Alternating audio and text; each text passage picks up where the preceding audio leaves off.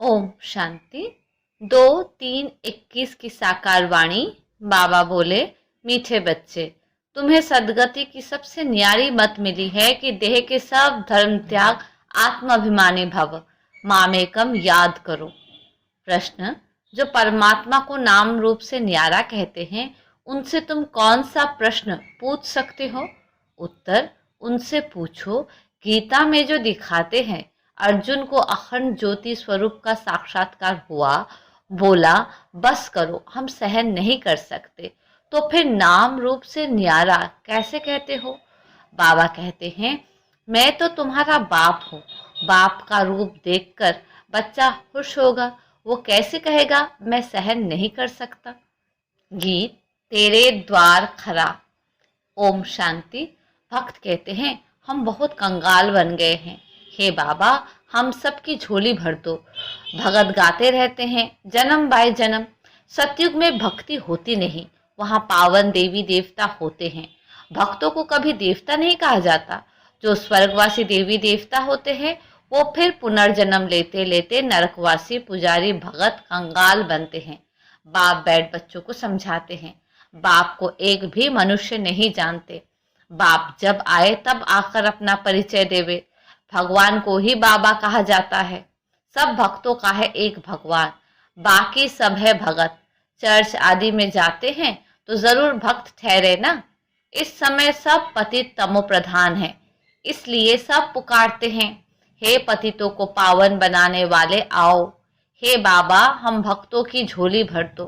भक्त भगवान से धन मांगते हैं। तुम बच्चे क्या मांगते हो? तुम कहते हो बाबा हमको स्वर्ग का मालिक बनाओ। वहां तो अथाह धन होता है, हीरे जवाहरात के महल होते हैं। अभी तुम जानते हो हम भगवान द्वारा राजाई का वर्षा पा रहे हैं। ये सच्ची गीता है, वो गीता नहीं। वो तो पुस्तक आदि भक्ति मार्ग के लिए बनाए हैं, उनको भगवान ने ज्ञान नहीं दिया। भगवान तो इस समय नर से नारायण बनाने के लिए राजयोग सिखाते हैं। राजा के साथ प्रजा भी जरूर होगी। सिर्फ लक्ष्मी नारायण तो नहीं बनेंगे, सारी राजधानी बनती है। अब तुम बच्चे जानते हो कि भगवान कौन है, और कोई भी मनुष्य मात्र नहीं जानते। बाप कहते हैं, तुम कहते हो ओ गॉड फादर, तो बताओ तुम्हारे गॉड फादर का नाम रूप देश काल क्या है? न भगवान को जानते हैं न उनकी रचना को जानते हैं।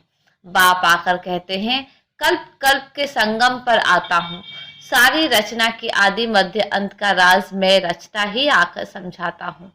कई तो कहते हैं वो नाम रूप से न्यारा है, वो आ नहीं सकता। तुम जानते हो बाप आया है। शिव जयंती भी निराकार की गाई जाती है, तो कृष्ण जयंती भी गाई जाती है। अब शिव जयंती कब होती है वो मालूम होना चाहिए ना। जैसे क्रिश्चियन को मालूम है कि क्राइस्ट का जन्म कब हुआ, क्रिश्चियन धर्म कब स्थापन हुआ, ये तो है भारत की बात।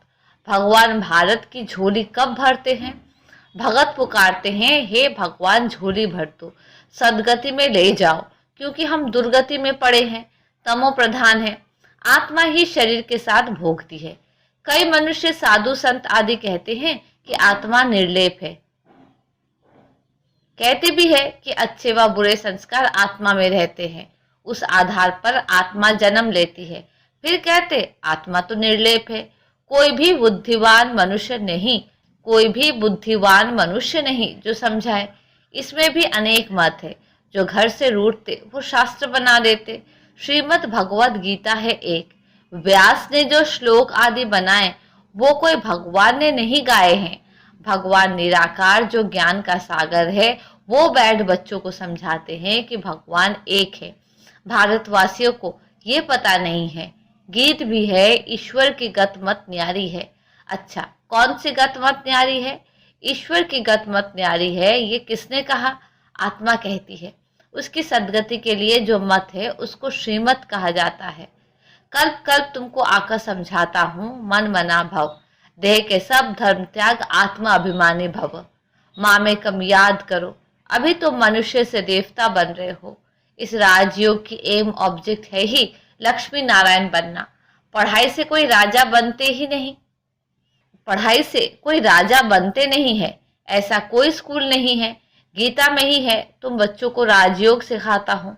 आता भी तब हूँ जबकि कोई भी राजा का राज्य नहीं रहता। मुझे एक भी मनुष्य बिल्कुल नहीं जानते। बाबा कहते हैं कि तुम बच्चों ने इतना बड़ा लिंग जो बनाया है वो मेरा कोई ये रूप नहीं है। मनुष्य कह देते कि अखंड ज्योति रूप परमात्मा तेजोमय है। अर्जुन ने देखकर कहा, बस करो, मैं सहन नहीं कर सकता हूँ। अरे बच्चा बाप का रूप देख सहन ना कर सके, ये कैसे हो सकता है? बच्चा तो बाप को देख खुश होगा ना। बाप कहते हैं कि मेरा कोई ऐसा रूप थोड़ी है, मैं हूं ही परम पिता, अर्थात परे ते परे रहने वाला परमात्मा, माना परमात्मा। फिर गाते हैं, परमात्मा मनुष्य सृष्टि का बीज रूप है, उनकी भगत महिमा करते हैं। सतयुग त्रेता में कोई महिमा नहीं करते क्योंकि वहां तो है सुख। गाते भी है, दुख में सिमरन सब करे, सुख में करे न कोई। इनका भी अर्थ नहीं समझते हैं, तोते मुआफिक सब कहते रहते हैं। सुख कब होता है, दुख कब होता है? भारत की ही तो बात है ना। 5000 वर्ष पहले स्वर्ग था, फिर त्रेता में 2 कला कम हुई। सतयुग त्रेता में दुख का नाम नहीं रहता, है ही सुखधाम। स्वर्ग कहने से मुख मीठा होता है। हेवन में फिर दुख कहाँ से आया? कहते हैं कि वहां भी कंस, जरासंध आदि थे, परंतु ये हो नहीं सकता। भक्त समझते हैं कि हम नौदा भक्ति करते हैं तो दीदार होता है। दीदार होना गोया हमको भगवान मिला। लक्ष्मी की पूजा की, उनका दर्शन हुआ, बस हम तो पार हो गए। इसमें ही खुश हो जाते हैं, परंतु है कुछ भी नहीं। अल्पकाल के लिए सुख मिलता है, दर्शन हुआ, हलास। ऐसे तो नहीं मुक्ति, जीवन मुक्ति को पा लिया, कुछ भी नहीं। बाबा ने सीढ़ी पर भी समझाया है। भारत ऊंचते ऊंच था, भगवान भी ऊंचते ऊंच है। भारत में ऊंचते ऊंच वर्षा है इन लक्ष्मी नारायण का। जब स्वर्ग था सत्व प्रधान थे, फिर कलयुग अंत में सब तमो प्रधान होते हैं। पुकारते हैं, हम बिल्कुल पतित हो गए हैं। बाप कहते हैं कि मैं कल्प के संगम युग पर आता हूँ तुमको राजयोग सिखाने। मैं जो हूँ, जैसा हूँ, मुझे यथार्थ रीति कोई नहीं जानते। तुम्हारे में भी नंबरवार पुरुषार्थ अनुसार जानते हैं। सीढ़ी वाला चित्र दिखाना है। ये भारत की सीढ़ी है। सतयुग में देवी देवता थे। 5000 वर्ष पहले भारत ऐसा था।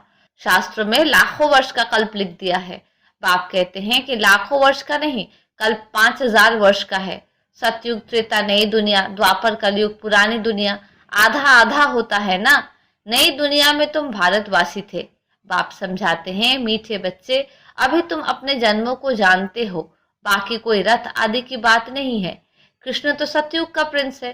कृष्ण का वो रूप सिवाय दिव्य दृष्टि के देखा नहीं जाता। ये चैतन्य रूप से तो सतयुग में थे, फिर कब वो रूप मिल नहीं सकता? फिर तो नाम रूप देश काल बदल जाता है। 84 जन्म लेते हैं, 84 जन्मों में 84 माँ बाप मिलते हैं, भिन्न भिन्न नाम रूप ऑक्यूपेशन होता है। अब यह भारत की ही सीढ़ी है। तुम हो अभी ब्राह्मण कुलभूषण। बाप ने कल पहले भी आकर तुमको देवी देवता बनाया था। वहां तुम सर्वोत्तम कर्म करते थे, तुम सदा सुखी थे। 21 जन्म, फिर तुमको इस दुर्गति में किसने पहुंचाया? मैंने कल पहले तुमको सदगति दी थी, फिर 84 जन्म लेते जरूर उतरना पड़े। सूर्यवंशी में 8 जन्म, चंद्रवंशी में 12 जन्म, फिर ऐसे उतरते आए हो। तुम ही सो पूज्य देवता थे, तुम ही पुजारी पतित बने हो। भारत अब कंगाल है। भगवान उवाच, तुम जो 100% पवित्र और solvent, ever healthy, ever wealthy थे, कोई रोग दुख की बात नहीं थी, सुखधाम था। उनको कहते हैं गार्डन ऑफ अल्लाह। अल्लाह ने बगीचा स्थापन किया।